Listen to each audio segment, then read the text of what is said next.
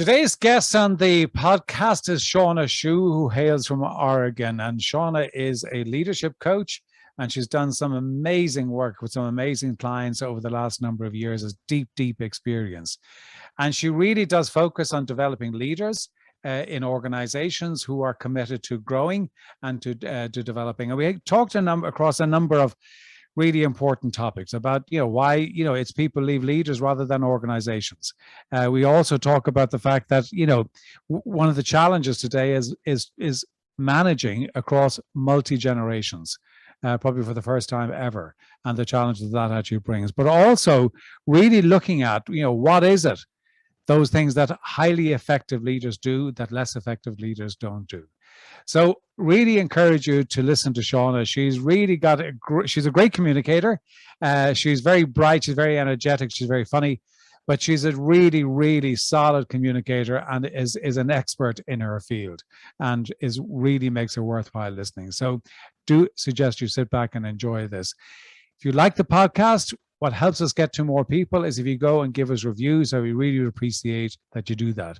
But in the meantime, sit back and listen to Sean, to that sentence again.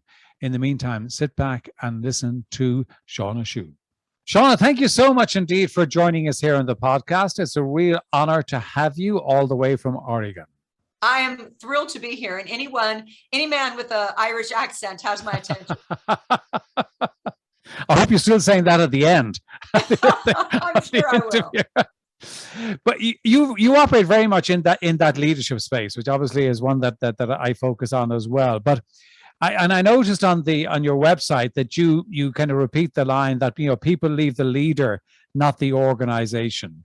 And I mean, we've often heard that being kind of thrown out as a line, but I've never been sure whether that is actually statistically correct or accurate. Can you verify? Well, I can verify the people I work with, but apparently, because it's been said so often from lots of different leadership coaches, but more importantly, philosophers. And so if you look at it and say that there's a reason a cliche is a cliche, right? So I always look at it and say that when I'm working one-on-one with people, the biggest challenges that they will have is the issues they're having with either being squashed or their ideas not being promoted, or they feel that their leader is not listening. And so they're leaving that person, even though they love the organization. So I have found that to be true over and over again in the work I do. So that's why I'm helping leaders become better so that their people don't leave. Because right now they're in a shortage of having good people. Yeah, I mean, I would buy into it. I mean, I would buy into that belief because I think people do leave leaders. But I also think that, and I think there is a big challenge right now because there is a huge, battle going on for talent, and not only acquiring talent, but retaining talent, because whatever about COVID and all the downsides of it, but one thing that it has done, it's opened up the market. So I think for leaders, it is about engaging their people. And I think that's a huge challenge to them right now. Well, you talk about something that I've been seeing float through a lot about this engagement piece. And when this COVID happened and people are virtual. And so all these leaders, or at least what I've been hearing, they're all like, I check in all the time. And my challenge to them is, why are you checking in? And they're like, oh, so I want to engage. Yeah. And I'm like, no, what it sounds like is you want to check up on them. Yeah, you know what I mean? exactly, yeah. And so the leaders are making a mistake. Many, not all, but many leaders are making a mistake because they think checking in is the leadership job. Well, it isn't. I don't believe it is at all. And I don't even think that it's engaging with people. I come from a different space where I'm like, rather than engage with someone, why aren't you romancing them? Because you may be checking in and doing these things and making sure, and you're doing everything, and they're still going to leave you. And they're going to leave you because somebody else was romancing them on the other end. They're saying what they need and they're telling them how talented they are. And I think we as leaders many times forget, just like long-term marriages, it's like, why did she leave him? Well, he never brought me flowers anymore. He never romanced me anymore. And they're like, yeah, but I paid for everything. And I was there when they needed me. And I've been a good husband. And I'm like, yeah, but you lost the romance, baby. And this other guy came swooping in. It's the same way in business nowadays. If you're just thinking I'm going to provide all these things. And many of the leaders I've been working with, because people have been overworking, they're adding perks. They're doing all these little perks for everyone. If we stop for a second, say, what is this person, how do we make this person feel valued and needed and loved? Then why would they go someplace else? Right? I agree And with you. so that, I think one of the you just sparked something there. One of the challenges I think currently for leaders is that, and this is that be down to kind of remote working or being caused by remote working, is that firstly I do believe that the vast majority of people are actually working longer hours and spending more time kind of staring into a camera, which is kind of unhealthy if you're doing it all day long. I mean, I was even talking to somebody earlier today, and they were saying they had 8 back-to-back meetings in their calendar, so they're not going to be away from their screen. But also, a lot of organizations are saying things like, we care for you, we're going to look after you, your well-being is really important. But at the same time, they're ignoring the fact that they see emails being written at 11 o'clock at night. Right? And I think that's a big challenge for leaders, because they've got to stand up to it and say, okay, well, I really do care, so I'm going to do something about that. But or otherwise, they're going to be found out to be somewhat that you can't be trusted, because you say one thing and you do another. Absolutely. And the leader is the model. Yes. So one of the things that I deal with my leaders a lot is we even work on a reentry plan for when they're going to be gone or on vacation. A leader that says, oh, email me anytime, is basically modeling the fact that they're on all the time, which is unhealthy. Yes. And also they're saying, I don't trust you. I don't trust you when I'm gone to do it right. So please, if there's any problems, please email me. Well, no. Number one, do you trust your people? And if you don't trust your people, we have to work on something else. But if you trust your people, then you don't answer the email, and you suggest they don't answer the email, because there's really what cannot be handled. When you're sleeping, you're not handling it. Yes. When you're on vacay, you need to get completely away so that your mind is so much more engaged. So I think a lot of leaders model poor behavior. Yeah, absolutely. I remember actually many years ago, when I was a sales manager, and my sales director, when he went on the first time he went on holidays when I was working for him, and he was on holiday, and he used to phone me every day, right? He started to phone me every day to say, what were the sales figures? And eventually after about 3 days, I say, why are you phoning me? Right. And he said, well, I'm interested. I said, no, hang on a second. So if they're up, you're going to feel great. If they're down, you're going to feel bad. And what are you going to do about it? Well, nothing. I said, so then what are you phoning me for? Wait till I come back and we can talk about it. And it also did make me feel that he didn't trust me. Yes. Right. No, you make a very good point. And he didn't realize he was doing it, because either his nervousness of his leadership, or that's how a leader is judged, based on the numbers, based on results. And if so there's back work, right, John, where you're obviously doing a good job. And so he's got to get that, he, she, whoever the leader is, has got to get that shift in their mindset that they've hired well, if they have indeed. If they haven't, then we got to work on that. It's a different problem. Absolutely. But the problem of just being on call all the time, or sending out an email at 11 o'clock at night, you're setting yourself up for failure, and your people are going to leave if they go, this is unhealthy, which, by the way, it is. Yeah, absolutely. So, I mean, Shawna, this is probably a very difficult question in some ways, but in your opinion, based on your experience of working with leaders, what are the must-haves to be a successful leader? Well, that's like saying what's a must-have to be a successful spouse or a successful human. And I think it depends on, that's the right answer, is it depends on. A couple of things, though, that are generalisms, and we've all heard it before, but it's vitally important. And what we just talked about is, walking your talk. If you believe in that people need time away, then you must take time away. Mm-hmm. So it really is whatever that philosophy is. And maybe that's even better, is, do you have any philosophies?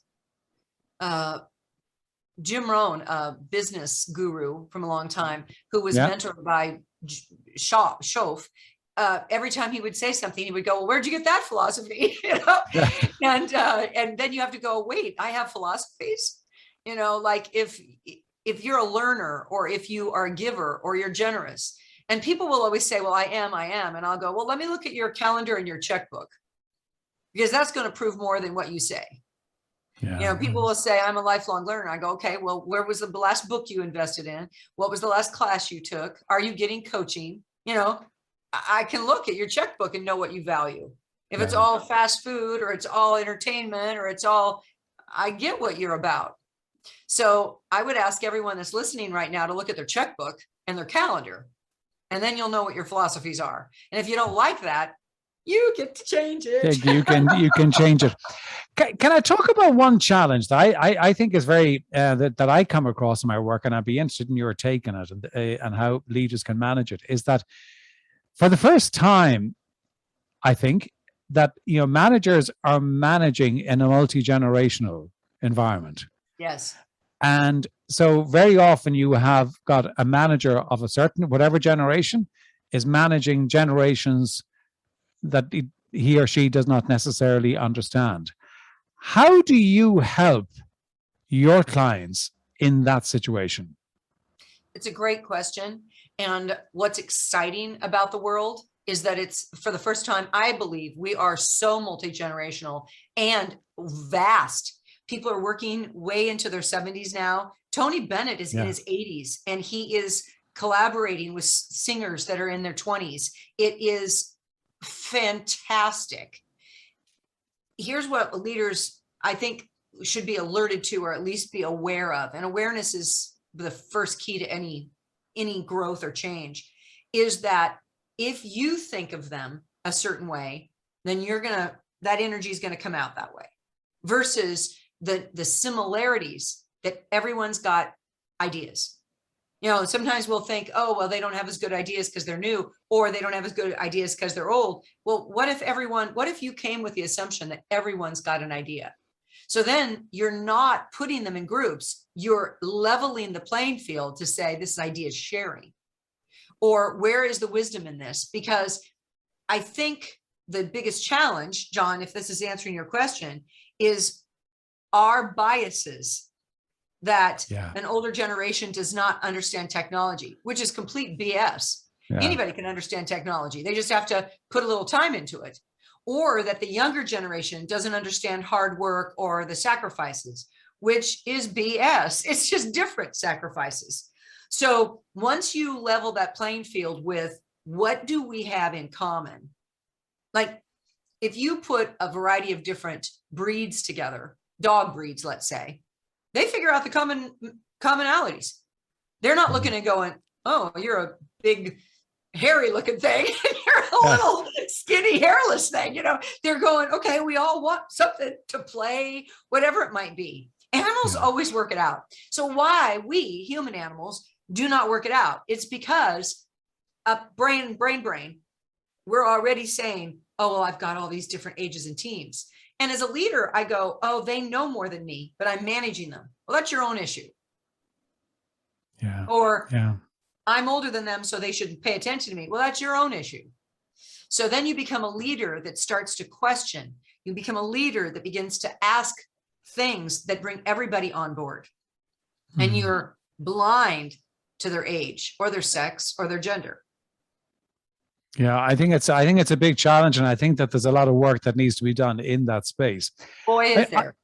Because and it kind of feeds into what I want to get on to, is that I believe that there are three things that a leader must know. Firstly, they must know themselves, they must know their inner self, and they must know the impact that they have on other people. How do you help your clients to do all three? Well, know yourself is one of those things that has been talked about since the beginning of time. And can you ever absolutely know yourself? Probably not. So if I was going to say your inner self and yourself, it would be, what are the questions you ask yourself? And what's the self-talk that you're using? So we as humans have a tendency to say things like, oh, that was so stupid, or I'm a ditzeldorkel. That's kind of my word. Or and listen to what you're saying to yourself. Also, we go forward with, what do I have to do to get what I want, instead of who do I want to be in this situation? Now think about that question for a minute, because when you ask a different question, you get a different answer, or you're, well, did I like the way I handled that? Now, these are very intense, good questions. And I believe that the only way to get to know yourself is to ask yourself, and possibly have someone else like a coach, you, John, or myself, that would ask you those questions also. Who do you want to be in this? Boy, you never think of that. I just want what I want. But who do you want to be? And what was your third? You talked about your know yourself, your inner self. And what was your third And one? and the impact, your impact on others, how your behavior impacts on others. So that one in my mind, because the best way to know your impact on others is to actually pay attention to the feedback you're getting. Like when you say something and the person goes, you mean you got that was the wrong thing to say. And so the way to understand your impact is to actually be an observer of the result that you achieve. Now, some people will say, well, I get great results, but they're a bully about it. So what's the impact? How are people reacting to you? What's the longevity of what's their loyalty level? And really, you can see it on their faces when they nod. You know, what I bet you love, John, is the same thing I love, is when I'm sharing a concept and the light starts coming on in their eyes, or you hear them go, I get that. I get that. I was working with a new client, a man, the other day, and something happened. He goes, I'm so sorry. And he was sorry about something else. And I go, how often are you sorry about stuff? And he goes, I actually say I'm sorry a lot. And he doesn't realize that, right? So it's somebody else catching him to say, what could you do instead? And now his awareness is just, so this is why people are listening to your podcast, John. They want the awareness, right? But I always find it interesting when I'm working with teams is that there are very few teams, and I'd be interested if this is the same for you. There are very few teams that actually give each other feedback, peer to peer. Agreed. One of the reasons probably is because they haven't made that agreement. No, they haven't. And it's not a safe place to do it. No, it is not. Especially if you go, well, we already did that. Cut down. Yeah. Yeah. Because, and it's, to me, it's such a rich, I mean, it's such an opportunity, isn't it, to actually get that feedback, because feedback is a gift, even though sometimes maybe it doesn't always sound like it, but feedback is a gift. And for teams to do that, because they are experiencing each other on a day-to-day basis. And so that means that the people giving them the feedback are very well placed to do it. Well, and maybe right now we can fix something. So when we say, would you like some feedback? Or would you like constructive criticism? Or could I play devil's advocate for a moment? Think about all those things. They all fall, in my mind, in the same category. This could hurt. Okay. When you want to play devil's advocate, that could hurt. When you say that this might hurt, this means it will hurt. It will hurt. And would you like some feedback? Could hurt. Okay. So all of these things could hurt. And so I'm not into it. I'm not into you right now publicly hurting me in whatever way you want to say it. But what if you actually stopped and said, what's your intention behind the feedback? And this is a work I do a lot with people where their intent, they don't have one. They just saw it. They're brutally honest. Think about the words we use. And so I will ask them to say, what do you want from this? What do you want when you're giving feedback? Well, I want to help them. Well, what if you said that? Would you like an idea? Can I help you? Would you like some help? Would you like a new thought process around that? Now I'm like, yes, please give me help. Give me some new ideas versus, would you like feedback? So it just feels a little ouchy when you ask, would you like some help? Or going forward, would you be interested in a new way to do that? Yeah. Suddenly, I'm all about it. So I think it could be the ask, John. Yeah, absolutely. In terms of you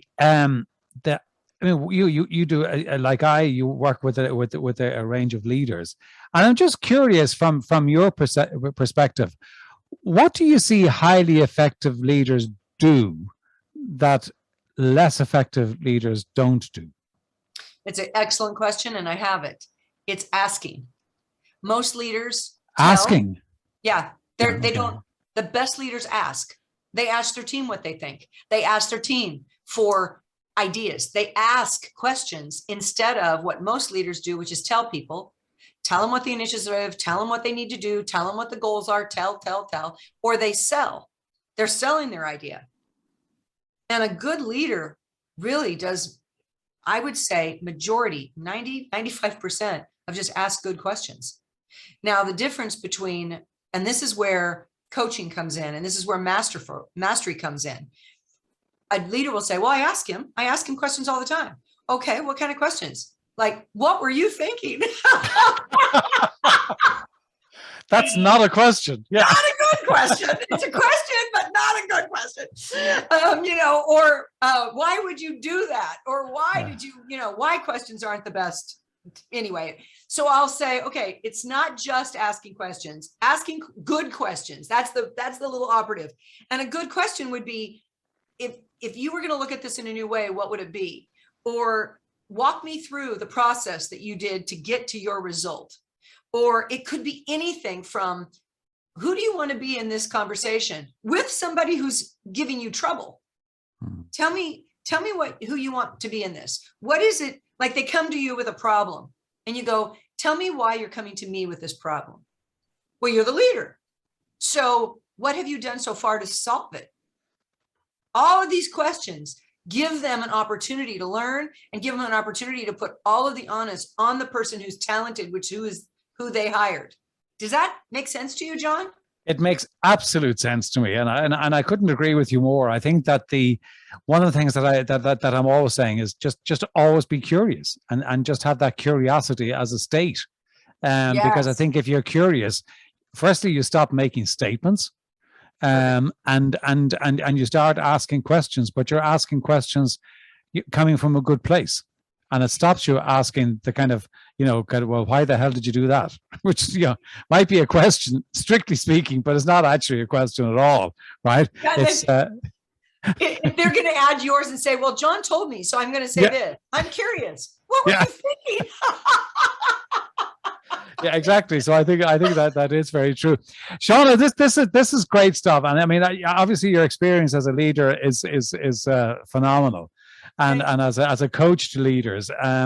So before I kind of get people tell you people where they can get in touch with you and how they can reach you, two questions I ask everybody. One is a book, and you were saying earlier on about being a lifelong leader. So this is going to be a challenge to you to pick one.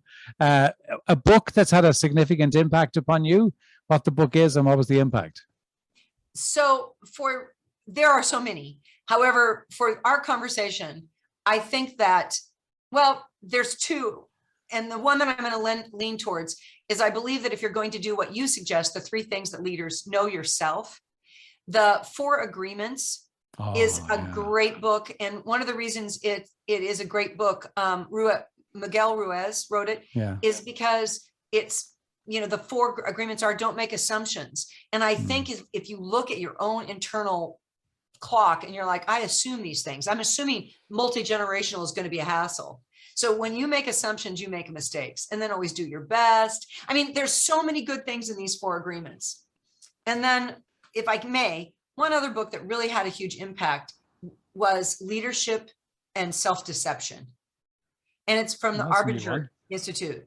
And it tells a story about why we're self-deceived as leaders. And there's a lot of story to it. It's a kind of a chunky title, actually, but it's a good book for a leader to actually question themselves. And are they self-deceiving? And we do. We as humans deceive ourselves. Oh, well, that's one that I've not come across before. The 4 Agreements is a book I love. And I go back and read it every now and again, because every time you read it, you get something different, but it's so powerful and so simple, but it is fantastic. Second question is daily rituals, if you have them, and what they do for you. I love this question, because when I was doing a lot of work in 2006, I was doing this program with all these leaders where it was called Create Your Ultimate Year. And so I would go in every week. We worked on site, And I was realizing that there were gaps. If you only are learning once a month, you get all excited and you're doing things. It's like listening to a podcast, but if you don't take the actions. And so I decided, after doing quite a bit of research, that I was going to develop something called the 5-15. It was an accountability call. So I called it 5-5-5, 5 days a week. You would be on the call at 5:15. It's a short 15-minute call, and I would lead it. And the funny part about it, John, so this is in 2006. How many years ago was this? 14 years ago, 15 years ago? Some math, I didn't realize that I was going to have to get up like at 4:30 to actually lead, because I had a quote. So I did it for 3 months, because they talked about 3 months is when you could really get this thing. And I was like, couldn't wait to get rid of it. And everybody said, oh, you can't stop. We're having huge success. People are losing weight, blah, blah, blah, blah, blah, blah, blah. Well, guess what? 14, 15 years later, I do the 5:15 to this day. I have, and there are people, there's a woman that's been on it, 2 women who've been on it since the beginning. That's how effective it is. Wow. And the reason it's effective, you can do it for yourselves, but the reason I think it's effective, I lead it. So it's very high energy, but it's only 15 minutes. Mondays, we come on, I say, here's the theme, and you're going to laugh. This week in the theme is lifelong learning. I give quotes from the best thinkers in the world. But on Mondays, everyone on the call has to weigh in on 3 things, no more, that they will do by Friday. Then on Tuesday, we go into the call and I just give some quotes and we kind of chit chat. Wednesday, they have to share a win. Thursday, nowadays, I have a guest coach that comes in and talks about something in leadership. And then on Fridays, I read off what you said, and you don't get to tell a story. You said you were going to exercise 3 times, yes, no, or a percentage. You said you would make X amount of sales calls. I got to tell you, when you're doing this in front of peers, you get it done. Yeah, exactly. Yeah. So I've been doing this routine for 14 years steady without a break. So now when I go on a trip, someone else, other leaders lead it. So, and that is fantastic. That is fantastic. So 5:15 every morning. Every morning at 5:15. And how many people will be on the call? I've gone everywhere. The sweet spot is no more than 10, because then people can, otherwise I'm pretty cutting this right along. I've had more than that. I've had up to 20, but mostly and the only way to get on the call is really to coach with me. And one of the reasons is because we think in such a high level now.